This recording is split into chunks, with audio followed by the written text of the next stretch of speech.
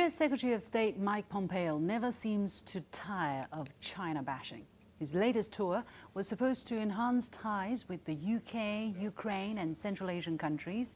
Yet at each stop, he routinely warned his hosts of risks in their China ties.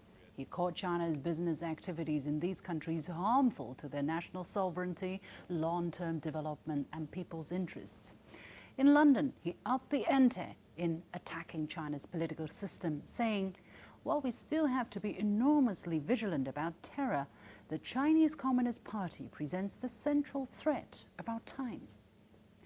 Mr. Pompeo's China bogeyman reminds me of an ancient Chinese fable written more than 2,200 years ago. A man loses his axe and suspects it was stolen by the son of his neighbor. So he observes the boy's behavior, the way he talks and walks and his facial expressions. The more he watches, the more the boy seems exactly like a thief. Later, the man recovers the axe by accident and the boy turned out to be innocent. This time, when the man observes the boy again, he couldn't find any indications of his original suspicions at all. Nothing really went wrong in the first place, but it's all about perception. That seems to be how some US politicians are seeing China today. It's none of anyone else's business how China organizes itself. China's track record is a good one. The people live twice as long compared to 70 years ago. Over 800 million people stopped living in poverty over the past 4 decades. That's 2.5 times the entire population of the United States. China has been the world's biggest growth engine for more than a dozen years. Compared with many other systems, China is able to mobilize national resources to tackle major challenges. Just look at the latest example, the construction of a hospital with 1,000 beds for patients suffering from the new coronavirus. It took only 10 days to build.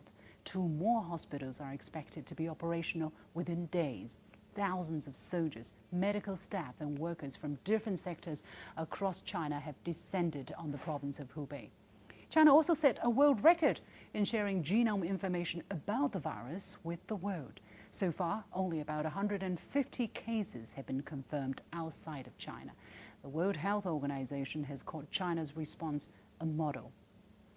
While it boasts to have the world's best healthcare system, the US has been one of the first countries to issue sweeping travel restrictions, clearly against the WHO's recommendations. When there was only 1 confirmed case at home, the US declared a national emergency.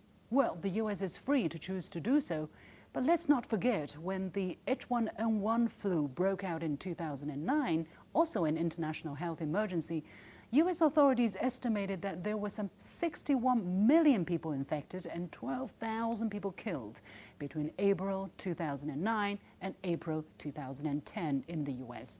And it took the US administration more than 6 months to declare a national emergency. US officials were still welcoming people to explore America. The Chinese Communist Party isn't perfect, but it leads the country effectively. And the great majority of the Chinese people endorse it. Whichever countries feel pressure should sharpen their own competitiveness, not lash out. As the world's most powerful country, the US has every reason to be confident in itself. So Mr. Pompeo and those who are busy peddling China threat or China fear, stop suspecting the neighbor's boy. He didn't take your axe. You have to look for it within your own home.